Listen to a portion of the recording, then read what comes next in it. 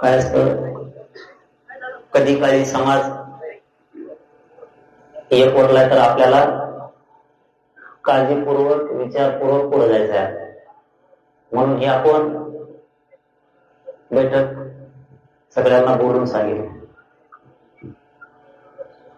29 ऑगस्टला 3 वर्षे आंदोलनाला पूर्ण होत आहे. 3 वर्ष संघर्ष करतोय मराठा समाज.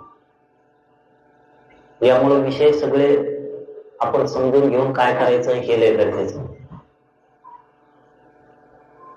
समाजाला येड्यात करायचं काम जर चाललंय,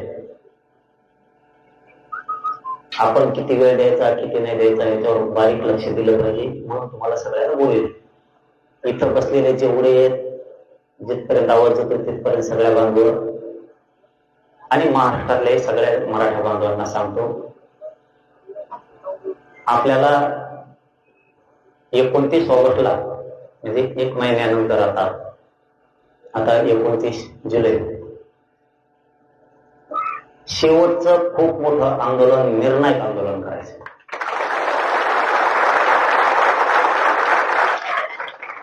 शेवटचं आंदोलन करायचंय आणि निर्णायक करायचंय.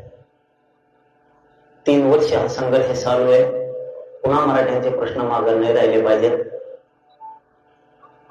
शेवटचं आंदोलन, निर्णायक आंदोलन करायचं, इतकं ताकदीनं करायचं, पुन्हा मराठ्यांचे प्रश्न मागे ठेवायचे नाही. क्रमांक 1,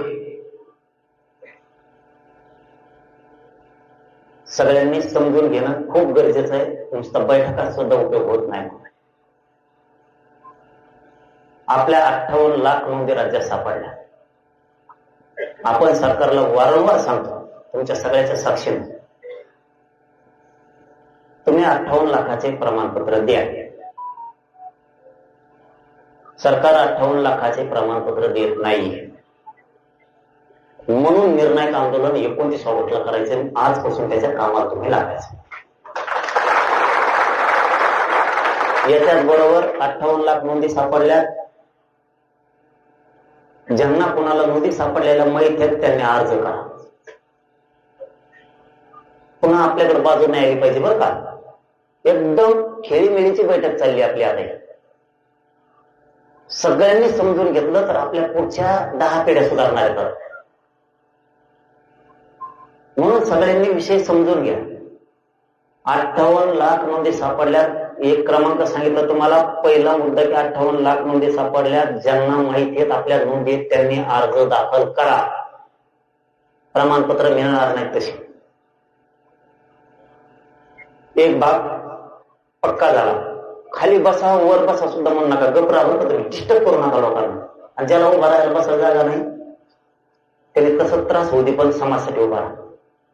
कारण माझा विषय दुसरीकडे चालतो. तळतळ समाजाच्या लेकराविषयी असू दे.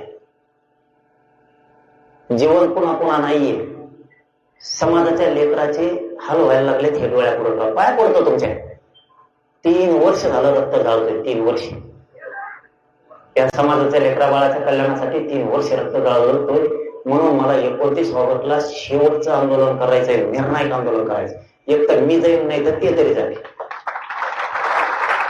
थोडं समाजाच्या लेकरासाठी समजून घ्या.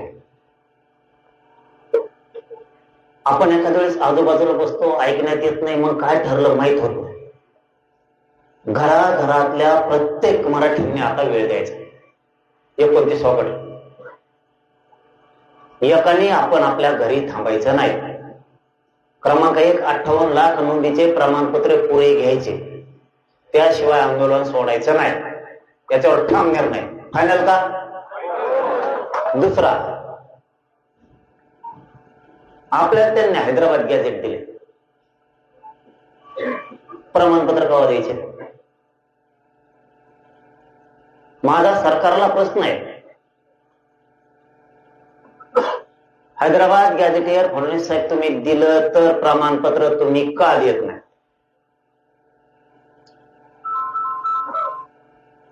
याच्या अगोदर त्यांनी स्थानिक चौकशीचा अहवाल काढला होता. बघा सगळेजण डोळ्यासमोर आठवून, मराठ्यांना किती वेड्यात काढायचं. फडणवीस साहेबांनी मराठ्यांचे लेकर टार्गेट का केले? मराठी टार्गेट कशामुळं? आम्ही तुमच्याशी भांडतोय आरक्षणासाठी, राजकारणासाठी नाही. इथं बसलेल्या मराठ्यांनी सुद्धा ही तळमळ समजून घ्या. आता तुकडाच पडायचा. स्थानिक चौकशीचा अहवाल आधीचा होता, त्यावेळेस प्रमाणपत्र निघत होते. आता हे निकाय करून नवीन एसओपी आणली, नवीन काही बदल केले स्थानिक चौकशी अहवालात. 3-4 महिने झाले प्रमाणपत्रच निघाले. हैदराबाद गॅझेटियर नुसार सगळे प्रमाणपत्र मराठवाड्यातले घ्यायचे, त्याशिवाय आंदोलन थांबवायचं नाही. 29 ऑगस्ट पासून सुरू.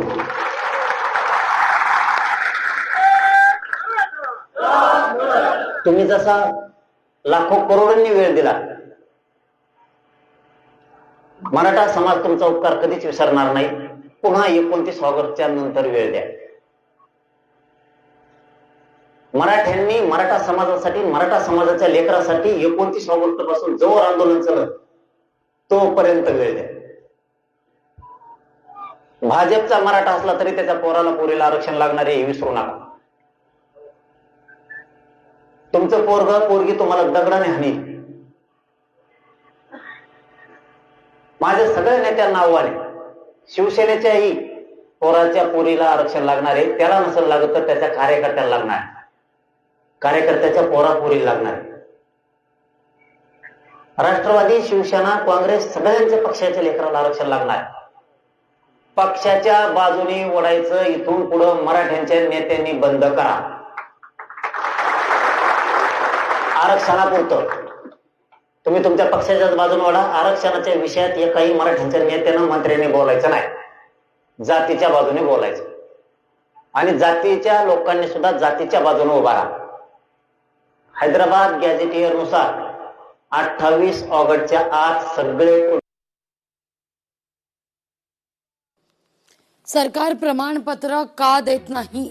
हैदराबाद गॅझेट नुसार प्रमाणपत्र का देत नाही अशी विचारणा करत येत्या 29 ऑगस्ट पासून निर्णायक आंदोलन करणार अशी भूमिका जरांगे पाटील यांनी घेतलेली आहे.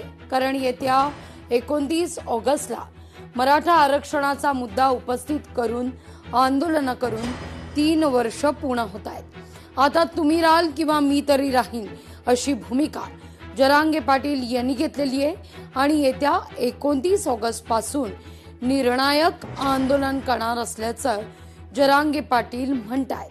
मराठा आंदोलक जरांगे पाटील यांची पत्रकार परिषद आणि या पत्रकार परिषदेच्या माध्यमातून 29 ऑगस्टला आपण निर्णायक आंदोलन करणार असल्याचं जरांगे यांनी म्हटलेलं आहे.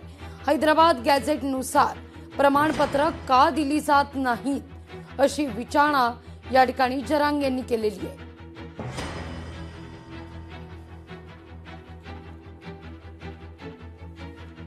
भाजप शिवसेनेचे समर्थक असाल तरी तुम्हाला प्रमाणपत्र लागणारच आहे. मराठवाड्यांना वेड्यात काढायचं, मराठ्यांना वेड्यात काढायचं बंद करा असं देखील जरांगे यांनी स्पष्ट केलंय. जरांगे बोलतायत.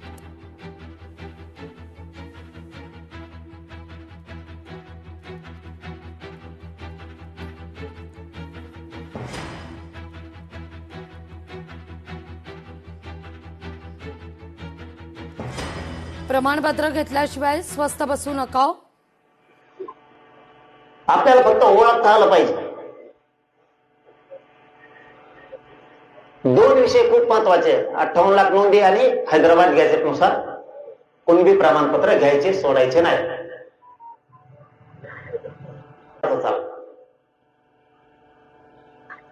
आम्हाला 28 ऑगस्टच्या आत सातारा संस्थांपासून ते 5ही गॅझेटियरची अंमलबजावणी GR सहित पाहिजे. याच्यात आता बदल करायचा नाही आणि 29 ऑगस्टला निर्णायक आंदोलन करायचं. आपला 5वा मुद्दा आहे. झाले म्हणते केसेस मागं घेऊ. काय बाबा, आमच्या लेकरांना इतकं मारून आमच्यावरच कोणती प्रक्रिया करायची तुम्हाला? मराठी समजूनच घ्या. आता आपण हलण्यासाठी आलोच नाहीये तिथं. निर्णायक तुकडा पाडायचा म्हणल्यावर आता जागा सोडायच्या नाही. जर शेतात काम असतील तर घराघरातून एक माणूस आंदोलनाला इथंच बसून राहायचं, बाकीच्याने शेतात काम करायचं. आपल्याला आपल्या समाजाला कायमचं आता मिळवून द्यायचं. 29 ऑगस्टला मराठ्यांची एक बी मागणी मागत व्हायची नाही. म्हणून म्हणतोय शांत चित्तानं ऐकून घ्या, करायचंय काय काय. 3 वर्ष झालं आपल्याला म्हणते ते केसेस मागवली, हाणलं त्यांनी.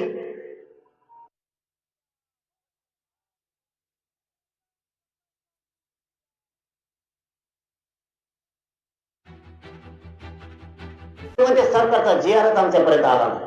कोण कुणाला मूर्खात काढिते हेच कळणार. अधिकारी सरकारला मूर्खात काढिते का सरकार मराठ्याला मूर्खात काढिते वेळच लागून द्यायला. 6वा विषय चालू आहे आपला. कॉलेजमध्ये सुद्धा सोयी सुविधा मराठ्यांच्या पोरांना दिल्या जात नाहीत. मी 1000 वेळेस सांगितलंय. मी लाड साहेबाला पण सांगितलं, विखे पाटलाला पण सांगितलंय. मी तुमच्या दोघांचं नाव घेतलंय, तुमचा रोष व्यक्त करत नाही, तुम्ही सुधरवा म्हणून सांगायला. यांना सांगितलं वैद्यकीय शिक्षण मंत्रालयाला तुम्हाला सांगावं लागणार आहे. हसन मुश्रीफ साहेबाच्या मंत्रालयाला सांगावं लागेल, तुम्हाला दादा भुसे साहेबाच्या मंत्रालयाला सांगायला लागेल, तुम्हाला ओबीसी मंत्रालयाला सांगावं लागणार आहे. ओबीसीच्या सवलती दिल्यात म्हणल्याच्या नंतर तुम्हाला झिरवळ साहेबाच्या मंत्रालयाला सांगायला लागेल. तिथून तुम्हाला अंमलबजावणीचे आदेश काढावा लागणार. हा सांगितलं ना, हा सांगितलं ना. आणि नुसत्या उपसमितीच्या बैठका घेतात. तुम्ही घेऊन करता काय? मराठ्यांनी सुद्धा, तुम्ही सुद्धा याच्यातून शहाणा व्हा. मी संबंध मेंटेन करण्यासाठी सरकारशी आंदोलन करत नाही. मला मराठा समाजच पाहिजे, सरकार नाही पाहिजे. मला तुमची मैत्रीच नकोय. मी वारंवार त्यांना सांगितलेलं आहे, तुम्हाला जर मराठा समाज तुमच्या पाठीशी टिकवायचा असेल तर तुम्ही मराठा समाजाला सगळं द्या. हो म्हणते कमीच व्हायचं नाही, आता पुरं द्यायचं. ताजं उदाहरण, ओबीसीच्या सवलती लागू करायला हरकत नव्हतं ना, नाही लागू केलं. ओबीसी मंत्रालयाला सुद्धा आदेश काढावा लागतो. नाही. फडणवीस साहेब मला आणखीन एक सांगा, 7वा विषय. महामंडळ, अण्णासाहेब पाटील महामंडळ तुम्ही गठीत स्थापन केलं. पोरांना व्यवसायाला तुम्ही फायली घेतल्या, मंजूर केल्या, पोरांना फायली दिल्या, त्यातून पोरांनी वाहनं घेतली. आज त्या पोरांचे सिव्हिल खराब झाले, त्यांच्या नड्याला फाशी लागली. तुम्ही परतवून देत नाही. काय कारण आहे त्याचं? अण्णासाहेब पाटील विकास महामंडळातल्या राहिलेल्या पोरांचे तुम्ही परतावे का देत नाही? याचं उत्तर आम्हाला अंतर्वालीत येऊन द्या. आम्ही भांडायलो नाही तर आता उत्तर पाहिजेत आम्हाला. निर्णायक आंदोलन होणार, शेवटचं होणार, जे व्हायचं असेल ते होईल. तुम्ही इतकं येड्यात काढू नका की मराठ्यांचा संयम तुटत. इतकं नका येड्यात काढू. इतकं मराठ्यांना टार्गेट पण नका करू. मराठा समाज आणि मराठा समाजाचे पोरं संपलेच पाहिजेत. आणि इतका कच्चा मराठा समाज सुद्धा नाहीये. फक्त त्याने तुमच्यावर विश्वास ठेवलाय की देईन सरकार, आज देईन, उद्या देईन, परवा दिवशी देईन. आम्ही विरक्त धावतोय, जीवाची बाजी लावून लढतोय की आज देतील, उद्या देतील. मी तुमच्याशी प्रामाणिक सरकारशी नाही राहू शकत. मी माझ्या मराठीशी प्रामाणिक राहणार आहे, इमानदार राहणार. मी आता ह्या महिन्याच्या आत एकही मागणी ठेवणार नाही मराठ्यांची. नाही तर जे व्हायचं असेल ते होईल, त्याला माझा नाविलाज. तुम्ही आमचा हक्काच असून देत नाहीये. 8वा विषय, सारथीच्या योजना बंद करीत आणल्या. कागदावर आणतात, हे सुरू आहे. पोराला विचारलं का पोरं म्हणतात नाही.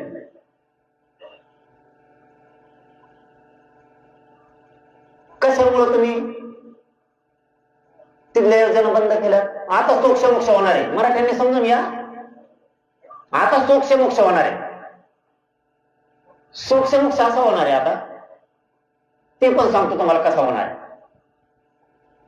सरकारचा मराठ्यांचा सोक्षमोक्ष समोरासमोर होणार, भांडून नाही, समोरासमोर प्रश्नाचे उत्तर देऊ.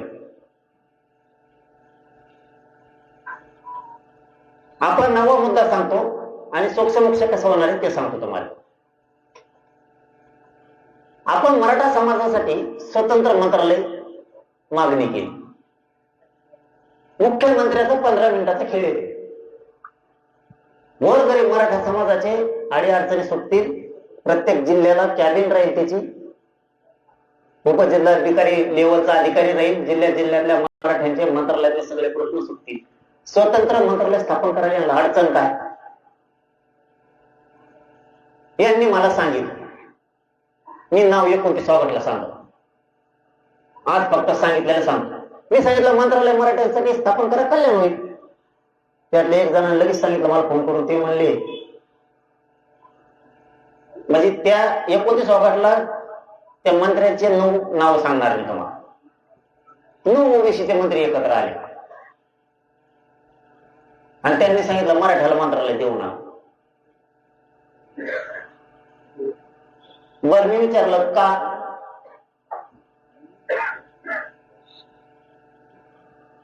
कारण सांगा म्हणलं. बा नको मराठ्याला मंत्रालय, कारण सांगा. ते म्हणले ते असं म्हणते, बघा बरं का आपल्याविषयी किती वाईट वृत्ती हे तुम्हाला सांगायला. म्हणून मराठ्यांना सांगत असतो, वेळेप्रसंगी पक्षाकडून राहा, पण 1 नंबरला जात ठेवी जात. आधी जात मग पक्ष. जास्त वाटोळ होऊन जाईल, समाज संपवून जाईल. समाजाचे लेकर जर अधिकारी झाले नाही ना तर आपल्याला किंमत राहणार नाही कोणाला.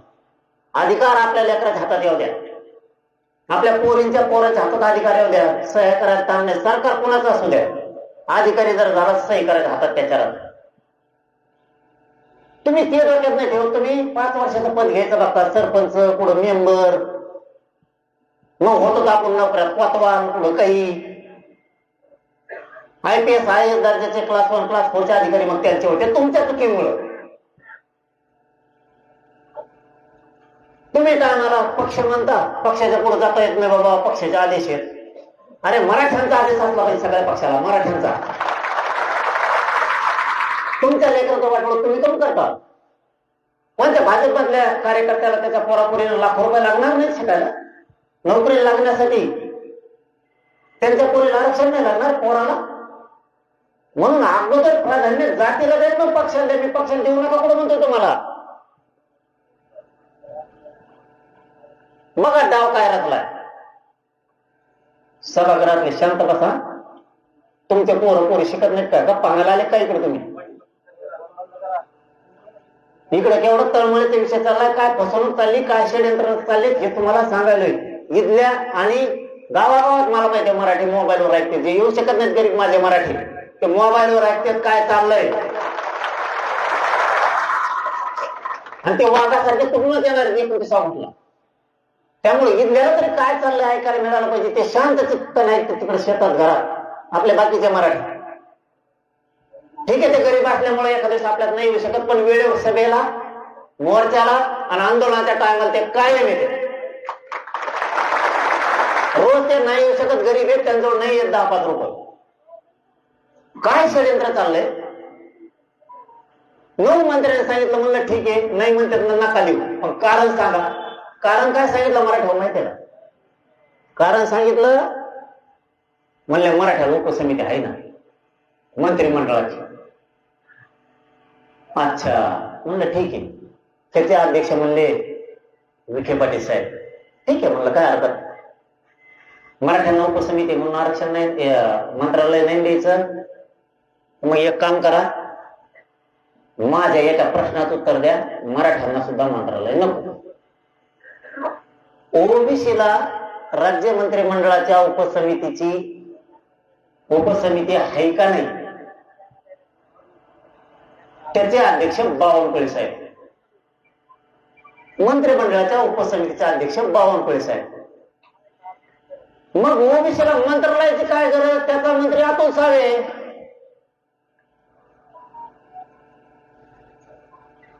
आणि मग बसले, नाही नाही नाही म्हणलं मग करतो. म्हणजे बघा यांची सिस्टम.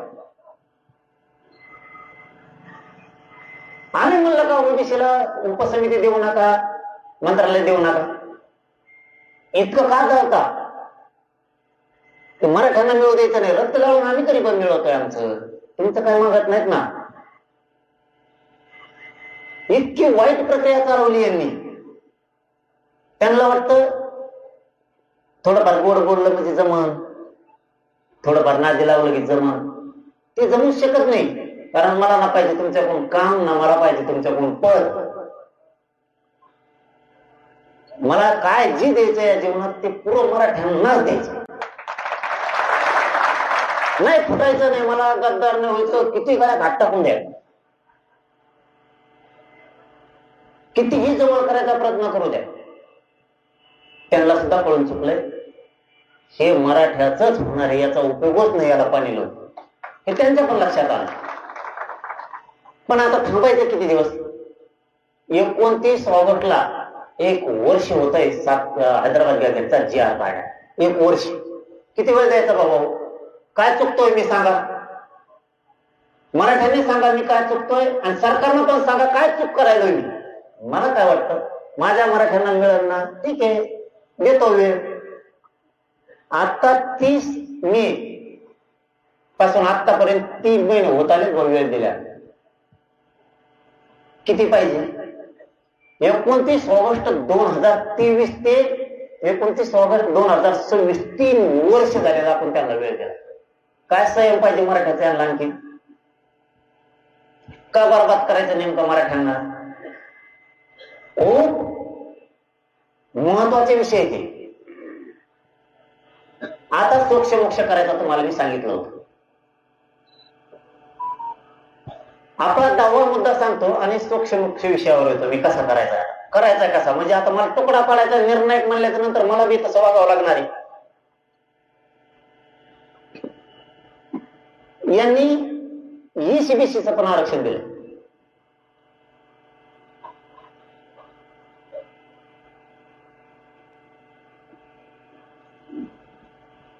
ECBCचे सुद्धा बऱ्याच जागेवर ऑप्शन नाही येत असं पोरांचं म्हणणं. पोरांनी ऍडमिशन घ्यायचे कशी? पोरांनी ऍडमिशन घ्यायचे कशी? मराठ्यांची पिळवणूक बघा कशी. मुद्दा आपला 11वा. ECBC, ESBC आणि EWS याच्यातून निवड झालेले पोरं यांना सरकारला का घ्यायचं नाही? फडणवीस साहेब तुम्हाला मराठ्यांच्या पोराला निवड झालेल्याला नियुक्त्या का द्यायच्या नाही? काय चूक केली त्यांच्या आईबापाने त्यांना शिकवून? तुम्ही असे रिक्त म्हणून त्यांना माहित होतं का? फडणवीस साहेब तुम्हाला मतामात्र मराठ्यांनी करायची आणि मराठ्यांच्या पोराला सुधारायची जबाबदारी कोणाची? फडणवीस साहेब. चूक लोकशाही मराठी ऐका, पहा, जागरूक रहा.